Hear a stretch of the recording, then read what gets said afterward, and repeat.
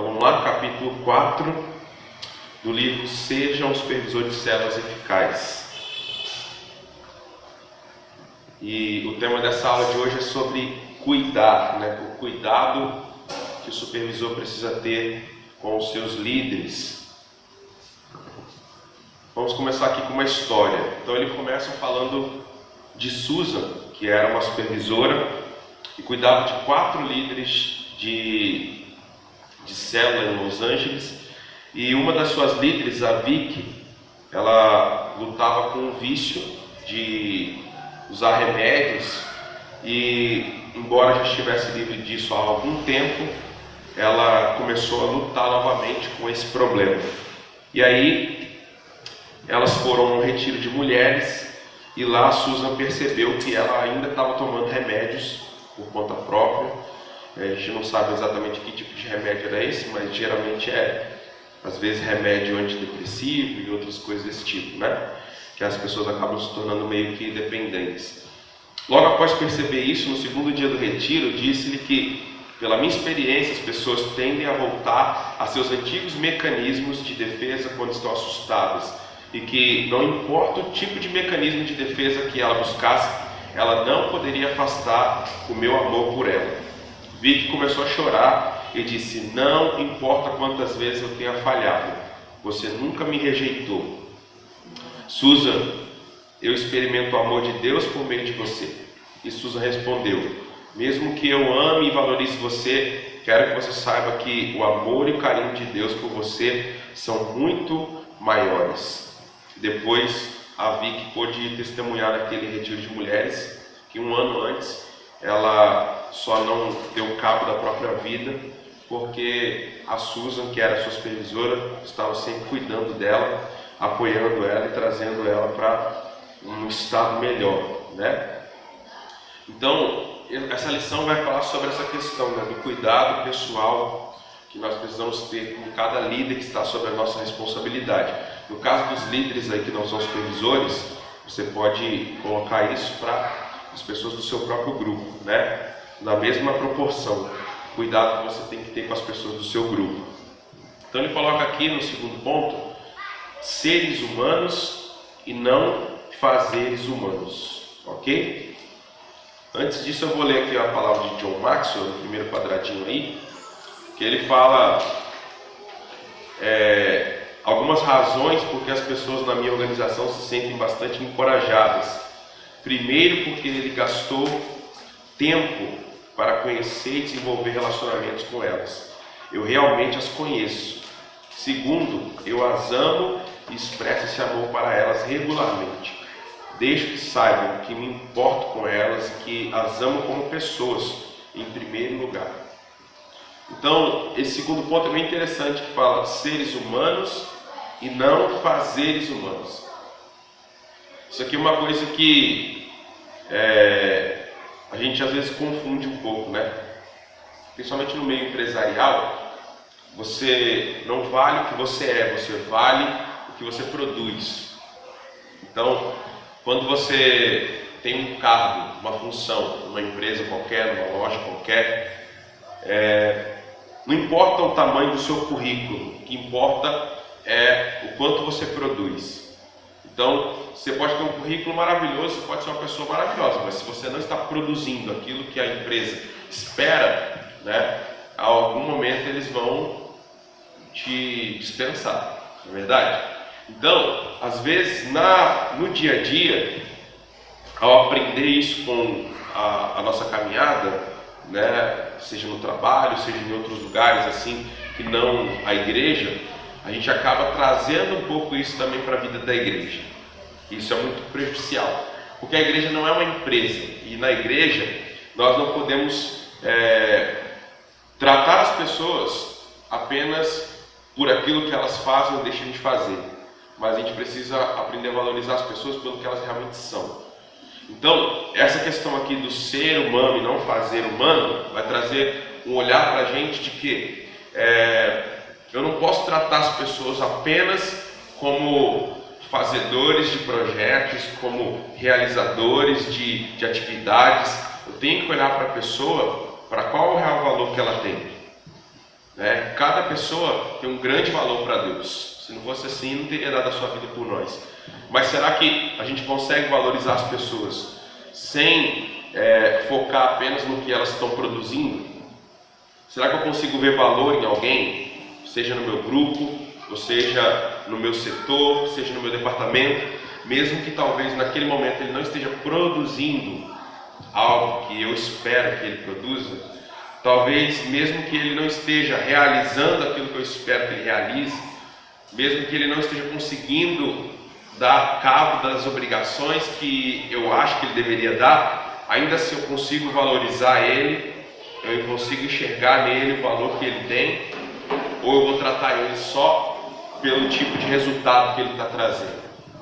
Então é uma preocupação que a gente tem que parar e refletir, porque a gente acostuma no mundo a tratar as pessoas dessa maneira e a gente pode correr esse mesmo erro, incorrer nesse mesmo erro dentro da igreja.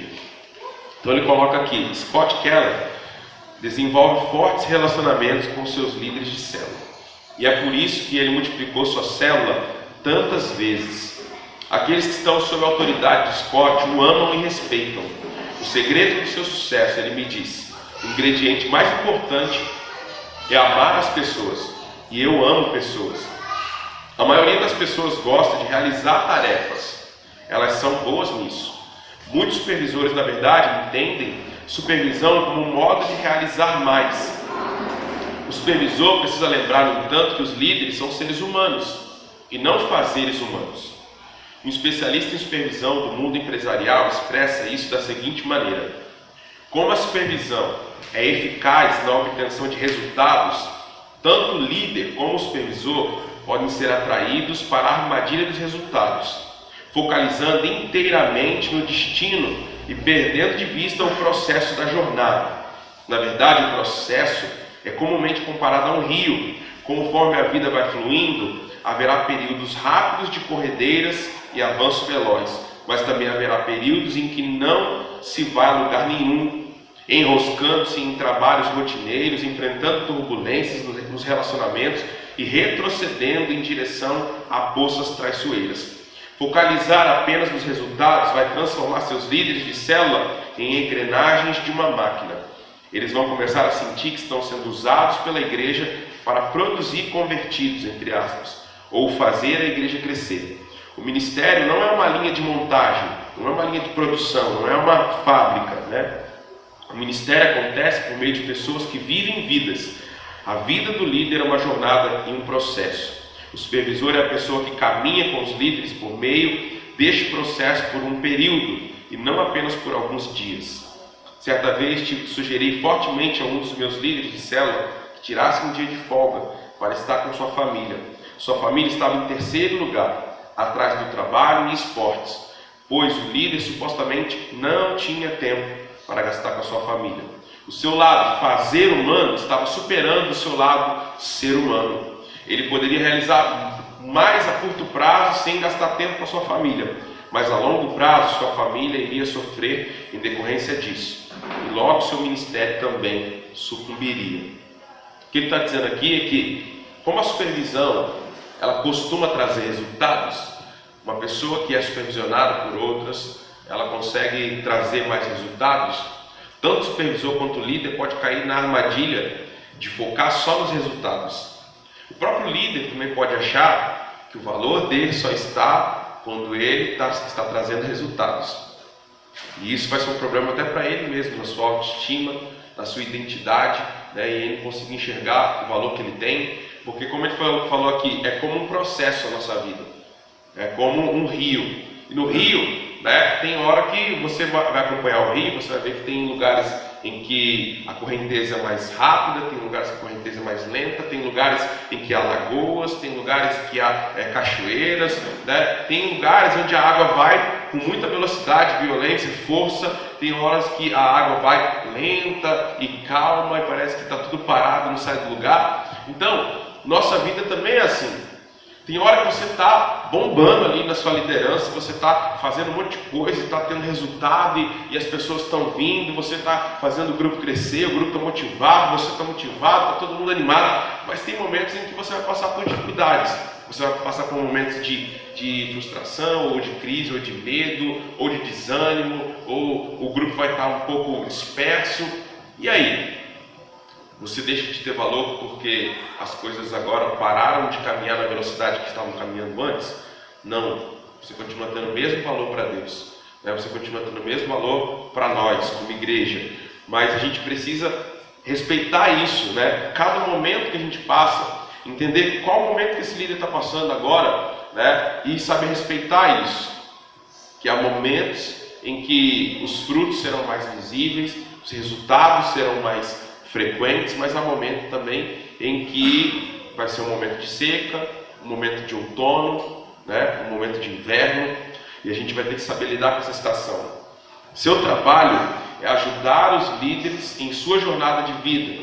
Você pode descobrir, por exemplo, que seu líder está fora de controle em seus gastos financeiros, na bebida ou na pornografia. Talvez existam questões de orgulho, rebeldia, dedicação excessiva ao trabalho, ignorar filhos ou esposa, faltar a celebrações ou cultos da igreja, ou não contribuir com a igreja financeiramente, vamos dizer assim, importe suficiente para confrontá-lo. Encontre a ajuda que o seu líder precisa. É um curso de treinamento, um retiro de libertação espiritual, aconselhamento profissional. Os líderes que você está supervisionando precisam de vida íntegra, e isso deve ser prioridade máxima. O que ele fala aqui é muito sério, né? Importe-se o suficiente para confrontá-los. Confrontar alguém no seu erro não é algo fácil. Não é algo fácil. Você está percebendo que aquela pessoa está em um momento complexo e às vezes cometendo até um erro, um pecado, alguma coisa assim. Você precisa chegar e confrontar. Isso não é fácil. Se você for alguém que realmente não se importa com aquela pessoa, você vai fugir do confronto. É mais fácil fugir do confronto do que sentar e colocar os pingos nos is. Mais fácil. Você vai empurrando com a barriga e vai deixando a coisa, né, acontecer. Vamos ver até onde vai dar. Chamar para conversa, olhar no olho e colocar ali realmente as coisas no seu devido lugar, não é fácil. Então você precisa realmente se importar com a pessoa a tal ponto de você chegar e conversar sobre o assunto e confrontar aquilo que está errado. Ou seja, você olhar para aquela pessoa como se ela estivesse caminhando em direção ao abismo e você pensar assim: eu não posso deixar que ela continue caminhando por esse abismo, porque ela vai chegar em um momento que ela vai cair de cabeça e ela vai se destruir. Eu não posso permitir isso. E se você não amar verdadeiramente essa pessoa, você não vai se dar o trabalho de ter que confrontar, de ter que talvez ser mal interpretado, talvez a pessoa vai ficar chateada com você no primeiro momento, e às vezes acontece isso porque ninguém gosta de ser confrontado, ninguém gosta de ser chamado a atenção, ninguém gosta de ser corrigido. Então é um desafio, né? Realmente lidar com os problemas que as pessoas vivem no seu dia a dia realmente é um desafio, e a gente tem que aprender a lidar com esse desafio, né? Falar? De uma das pessoas que participaram de um dos momentos na reunião, eu fui no privado e usei a palavra ajustes, né, para ele. Fulano, vamos fazer uns ajustes aqui, foi ótimo, mas a próxima vez que você vai fazer, vamos fazer assim, porque o tempo, né, daquele momento foi excedido, a gente vai fazer alguns ajustes para melhorar e tal. A pessoa não gostou. E eu passei a entender que eu preciso dar o direito da pessoa não gostar, como a gente usou a palavra ficar de tudo. Porque eu estou cumprindo meu papel. E talvez por ela não entender, a maturidade dela ainda não alcançou a necessidade dessa correção. Eu nem sei a palavra correção, porque eu também não gosto. E foi assim, eu consegui entender. E Pausa só, tá? Pausa só. Colocar no lugar da pessoa. Então ele vai falar agora sobre a questão da importância das perguntas, né? No capítulo 2 ele falou sobre o papel das perguntas na supervisão Ele colocou aqui: lembre-se sempre de incluir perguntas que lidem com família, vida espiritual, emoções. Eu vou acrescentar aqui, por exemplo, vida financeira, vida profissional, sonhos e projetos que a pessoa tem, né? Seus líderes vão sentir que você se importa e cuida deles quando você aborda assuntos que fazem parte do seu cotidiano. As pessoas desejam atenção e cuidado, mas normalmente os líderes de célula têm dificuldade em dizer: eu preciso de atenção, por favor ajude-me. Na verdade, na maior parte do tempo eles não pedem ajuda, pois não querem desapontar seu supervisor. É responsabilidade do supervisor ler nas entrelinhas. Então, muitas pessoas não vêm pedir ajuda, né? A gente está vendo às vezes que a pessoa precisa de ajuda, mas ela não vem pedir ajuda. E a gente precisa ler os sinais, né? A gente fala muito sobre isso no módulo 3, está falando sobre lealdade, deslealdade. A gente fala muito sobre a questão dos sinais. Leia os sinais. Assim como existem sinais de deslealdade ou de lealdade, existem sinais também se a pessoa está bem ou não está bem. Existem sinais se a pessoa está num bom momento ou não está num bom momento, se ela está bem emocionalmente, se ela não está bem emocionalmente, né? Você precisa começar a ler os sinais, observar, né, a pessoa que você lidera e procurar entender quando houver alguma mudança. Houve uma mudança de comportamento, houve alguma mudança de atitude, houve uma mudança de semblante, houve uma mudança de sorriso e tal. Começa a perguntar se está acontecendo alguma coisa, né? Começa a conversar ali para ver se há alguma coisa fora do lugar, se há algum problema a ser tratado, né? E assim por diante. Supervisor, sua tarefa é edificar os seus líderes, acalmar os seus medos e ajudá-los a descobrir a direção certa a seguir.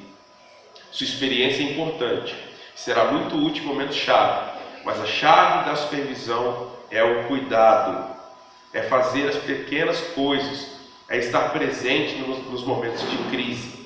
Então, esse cuidado, ele é essencial aí para a supervisão, tá? Tanto o líder tem que cuidar dessa mesma forma da sua equipe, principalmente da sua equipe, mas também dos demais membros do grupo, como o supervisor tem que fazer isso com os seus líderes, tá? Então, esse cuidado a gente precisa aprender a fazê-lo.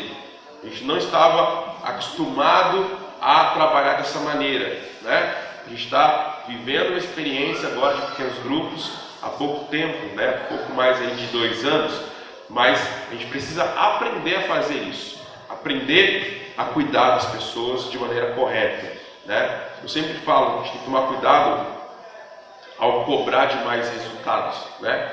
A gente precisa motivar o líder, inspirar o líder a alcançar o resultado, mas tomar cuidado de não meio que sobrecarregar o líder com o peso, né, de ter que chegar no resultado e às vezes ele não consegue. Então, próximo ponto aí ele fala sério.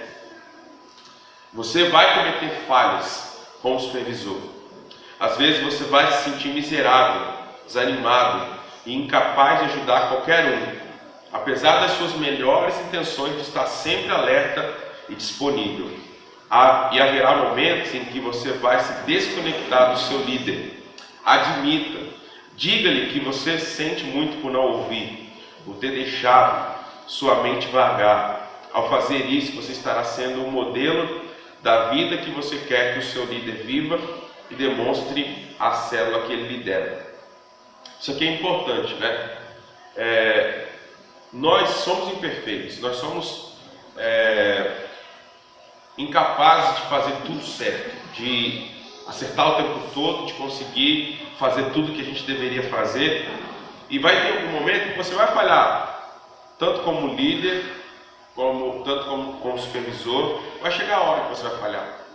Vai chegar um momento que você não vai estar tão animado, vai chegar um momento que você não vai estar cuidando tão bem das pessoas que você tem que cuidar, vai chegar um momento que você não vai estar tão focado nas coisas que você tem que focar, mas é importante você reconhecer que você, naquele momento, não está bem, reconhecer que você, de alguma forma, não está conseguindo fazer aquilo que você deveria fazer, mas que você está tentando.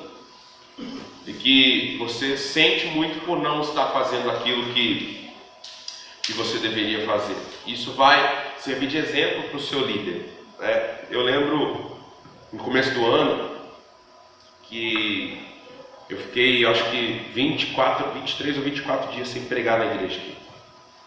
E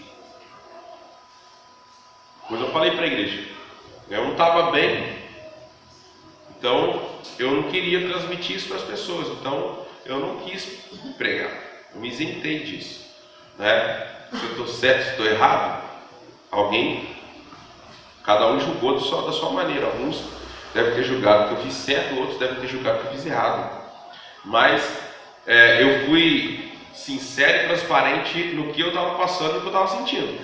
Não adianta eu tentar usar uma máscara e fingir algo que não é real. Entendeu? Não vai adiantar nada. Então, às vezes a gente tenta usar uma capa de perfeição, né? A gente não quer demonstrar que está cansado, não quer demonstrar que está abatido, não quer demonstrar que tem dificuldade, e isso não vai ajudar os seus líderes também a lidar com os problemas deles. Não vai ajudar, né? Então, às vezes, você precisa demonstrar onde você está fraco, onde você está com problema, com dificuldade, e se você está desanimado, demonstre isso, né? E seja sincero, seja transparente.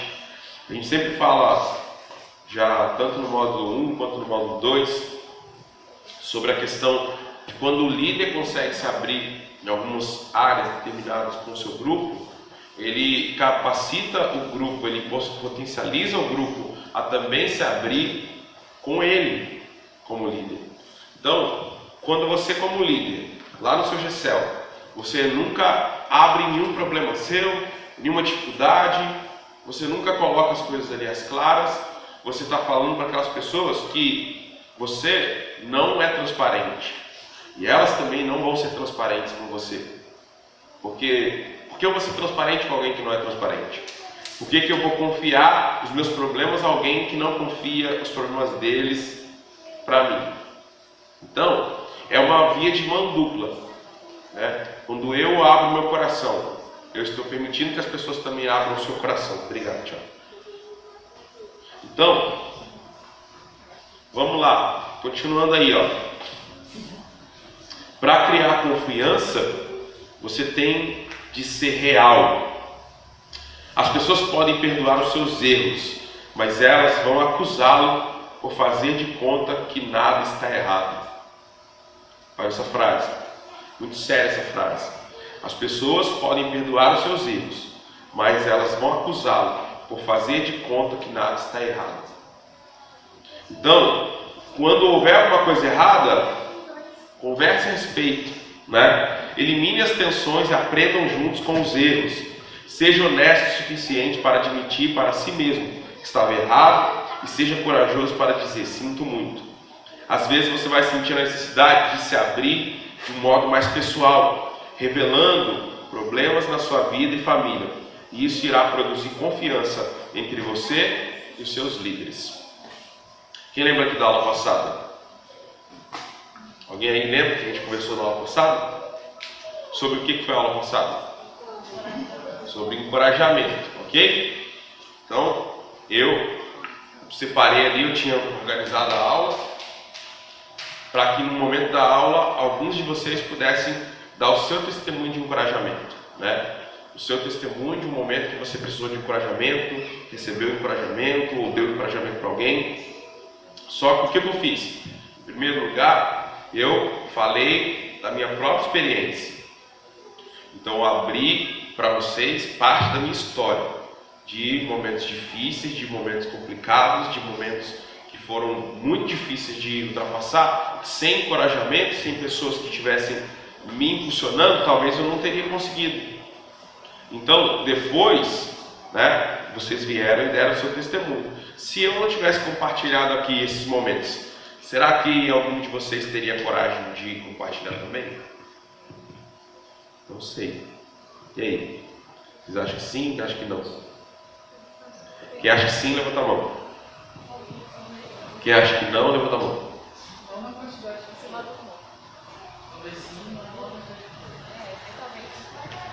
povo não quis ir com o Senhor falando. Isso aí, né? Imagina. Então, assim, a gente precisa aprender isso daqui, né? A questão da vulnerabilidade, de você se tornar vulnerável. Porque às vezes a gente não quer ser vulnerável. Você não quer demonstrar que tem um ponto fraco, ou que tem uma dificuldade, ou que há momentos difíceis também que você enfrenta. Isso é ruim, tá? Esse complexo de super-herói, né? Ou síndrome de super-herói que algumas pessoas têm, a gente precisa arrancar isso, né, do nosso coração, tirar isso da nossa mente. Nós não somos super-heróis, né? O único perfeito, plenamente capaz que passou por essa terra foi Jesus Cristo. Nós não somos plenamente capazes, nem plenamente perfeitos, e a gente vai ter que lidar com as nossas frustrações, com os nossos erros, com os nossos medos, com as nossas angústias, com os nossos temores, com os nossos problemas, com as nossas ansiedades. A gente vai ter que lidar com isso, né? E ser transparente, ok? Próximo ponto aí: torne-se amigo de seus líderes. Meu supervisor não se importa comigo. Seria uma palavra de algum líder aqui. Confessou um líder magoado. Ele me administra e me diz o que fazer. Mas o que eu realmente preciso é de um amigo. A amizade, muitas pessoas ignoram esse princípio, simples, mas poderoso. Mas creio que essa é a chave para supervisionar líderes com sucesso. Eu acho que aqui a gente chega no ponto auge dessa lição de hoje. Se pudesse resumir essa lição todinha, você pudesse guardar alguma coisa no seu coração, que fosse bem fácil de lembrar, é o seguinte: seja amigo dos seus líderes, seja amigo dos seus liderados. Aprenda isso, né? Ser amigo. Porque Jesus, ele deu o exemplo para nós de amizade. Jesus supervisou por excelência. Revelou esse princípio simples em João 15,15, quando ele diz: já não os chamo de servos, porque o servo não sabe o que seu Senhor faz. Em vez disso, eu os tenho chamado de amigos, porque tudo o que eu ouvi do meu Pai, eu lhes tornei conhecido. Então, Jesus chegou a um patamar, a um nível com seus discípulos, seus apóstolos, que ele já não chamava eles mais de servos, mas sim de amigos. Nós precisamos passar por esse estágio, onde a gente possa realmente desenvolver amizade com as pessoas que a gente está trabalhando, né? Então, será que você consegue desenvolver amizade em poucos dias, em pouco tempo? Você constrói um amigo em pouco tempo, ou leva tempo para construir uma amizade? Né? Leva tempo até você conhecer, né, a pessoa, até você saber como ela lida com as coisas, como ela pensa, né, qual tipo de temperamento que ela tem, que tipo de brincadeira ela gosta ou não gosta, né, que tipo de abertura ela deixa você ter, que ela não gosta que você tenha, né? Então, leva esse tempo a construir relacionamentos sólidos. E às vezes a gente não quer esperar também esse tempo, né? Eu vejo que tem pessoas na igreja que são muito imaturas. Às vezes ela fala assim: estou tanto tempo na igreja e não tenho nenhum amigo, né? Aí eu deveria fazer essa pergunta para ela: quanto tempo você investiu até hoje em pessoas especificamente para que elas se tornassem suas amigas? Não é verdade? Porque tem muita gente que reclama que não tem amigo, que ninguém fala com ela, que ninguém não sei o quê. Mas eu pergunto assim: você investe na amizade com alguém? Você investe parte do seu tempo em alguma amizade aqui dentro? Porque se você não gastar tempo com essas pessoas, você nunca vai ter uma amizade profunda com alguém. Nunca, né? Uma amizade leva tempo para ser construída, e às vezes a gente não quer dar tempo a essas coisas, né? A gente acha que só se ver aqui no domingo à noite, na quinta-feira, é suficiente para se tornar um amigo. Não é. Não é. Ok? Então, continuando aí, ó. Jesus desenvolveu amizade com 12 seres humanos pecadores, os quais ele mentoreou por 3 anos. Ele comeu com eles, dormiu com eles, respondeu a todas as suas perguntas. O evangelista Marcos escreve o chamado dos 12 dessa maneira: ele escolheu 12, designando-os apóstolos, para que estivessem com ele. Diga, Jesus escolheu os 12 para que estivessem com ele, para que andassem com ele, para que comessem com ele, para que tivessem liberdade com ele. Amém? Jesus priorizou estar com eles em vez de um conjunto de regras ou técnicas.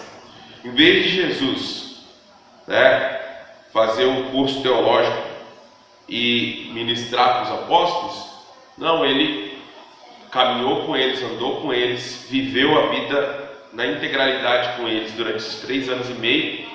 E enquanto eles caminhavam, enquanto eles andavam, enquanto Jesus ministrava, enquanto Jesus pregava, enquanto Jesus curava, enquanto Jesus fazia uma série de milagres, ele ensinava a eles no caminho, andando junto, caminhando junto, vivendo junto, e ele ensinava, Então eu aprendi essa lição da maneira mais difícil.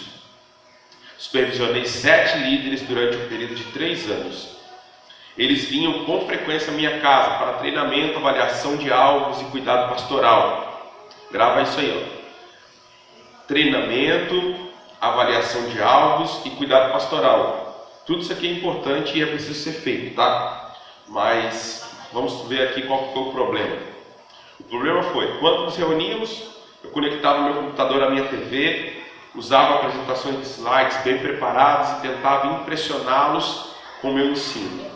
Ao questioná-los mais tarde, descobri que a maioria deles não estava impressionada com minhas exuberantes apresentações ou com minha tecnologia.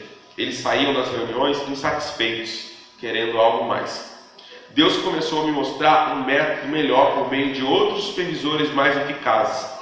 A sabedoria do ditado: as pessoas não se importam muito com o quanto você sabe, até que saibam o quanto você se importa com elas. Começou a fazer sentido para mim. Conhecimento, treinamento, solução de problemas, dinâmica de grupo e outras técnicas podem ser uma parte importante no sucesso de um supervisor. Mas o que um novo líder realmente precisa é de alguém que ouça os seus problemas, compartilhe a sua jornada e sirva como conselheiro. Deu para entender a diferença aqui?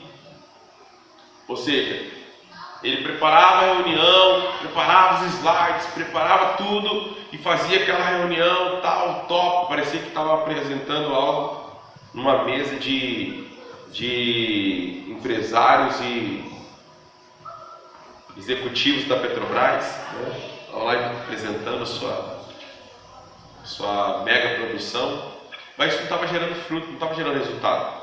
O que as pessoas queriam era que realmente elas fossem ouvidas, que os seus problemas fossem tratados com relevância, com importância, que elas pudessem ouvir feedbacks que pudessem ajudar elas a encontrar as respostas que elas precisavam.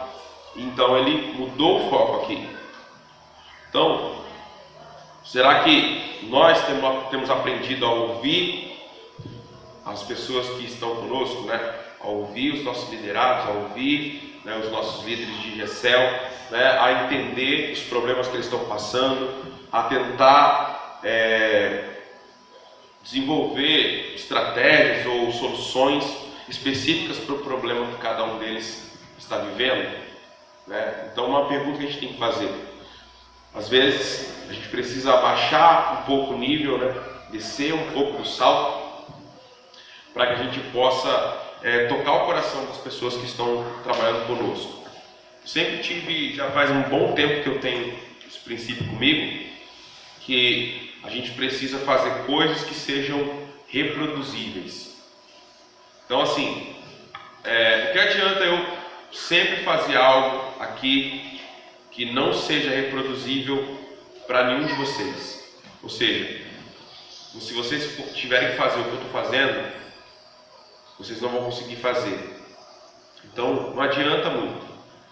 Eu tenho que fazer algo que eu acredito que em pouco tempo, ou até mesmo hoje, você consiga também fazer aquilo que eu estou fazendo. E à medida que todo o grupo ele começa a se desenvolver, eu posso dar um passo a mais, um avanço a mais na qualidade ou na profundidade daquilo que eu estou fazendo, porque agora vocês já conseguem compreender, já conseguem caminhar naquele mesmo nível. Vou dar um exemplo prático para vocês entenderem o que eu estou falando. Por exemplo, hoje, no momento, eu estou meio ruim da minha garganta, né? Já faz alguns meses que eu não estou conseguindo cantar direito. Mas, eu sempre tive esse princípio, desde quando eu era professor de canto, há muito tempo atrás, de que, mesmo que eu estivesse ministrando, né, seja na minha igreja ou na igreja dos outros, eu não queria cantar ali só para demonstrar o quanto que eu tinha habilidade para fazer melismas, voltinhas e isso, aquilo, aquilo outro. Porque eu sabia que a maioria das pessoas que estavam observando, ali participando, talvez não conseguiriam fazer aquilo que eu ia fazer. Então assim, o que adianta aquilo? Se torna apenas, né, não sei, algo meio inútil, que as pessoas vão só olhar, quanto mais elas olharem, quanto mais elas admirarem, mais elas vão pensar assim: poxa vida, eu nunca vou fazer isso. Poxa vida, eu nunca vou alcançar isso. Tipo assim, o que vai adiantar? Vai adiantar muita coisa.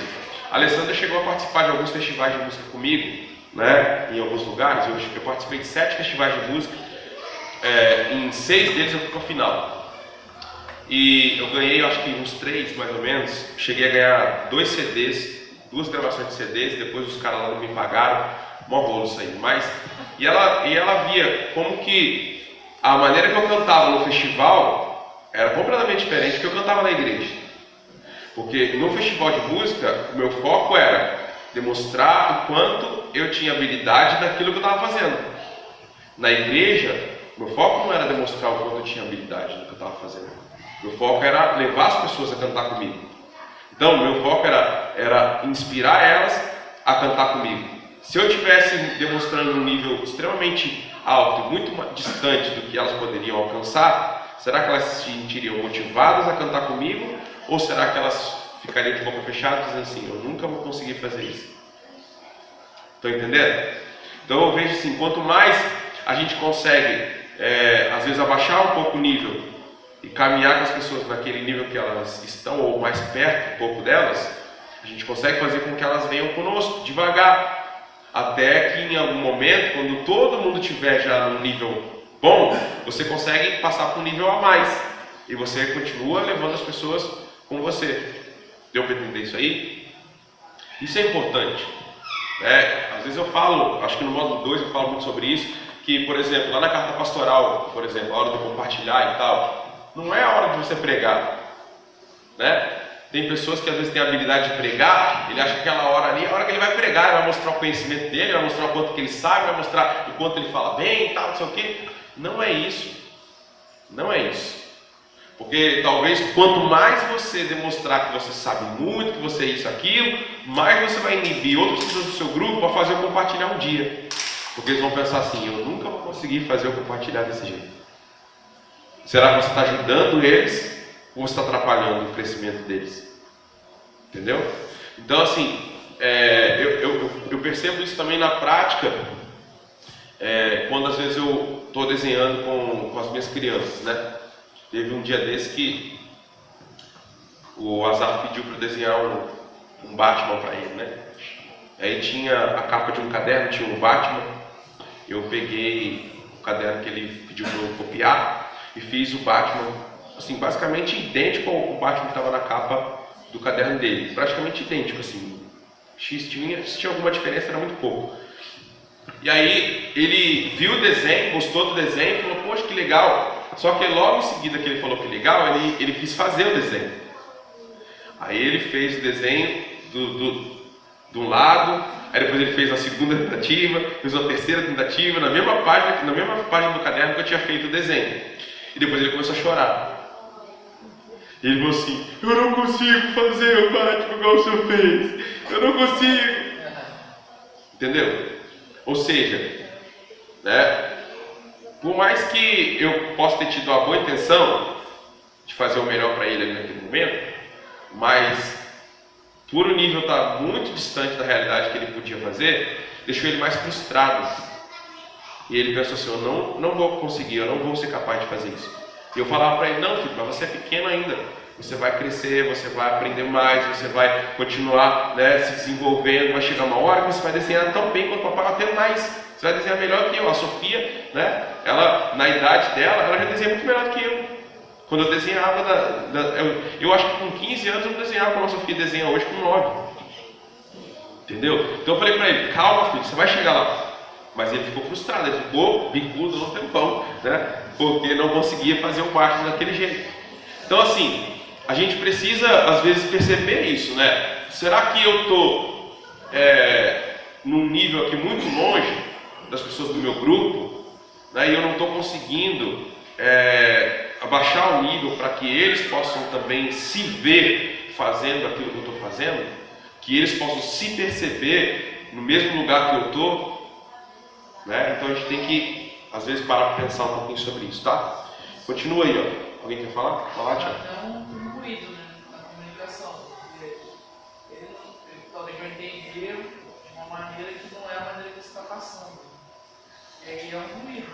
Você pode estar achando.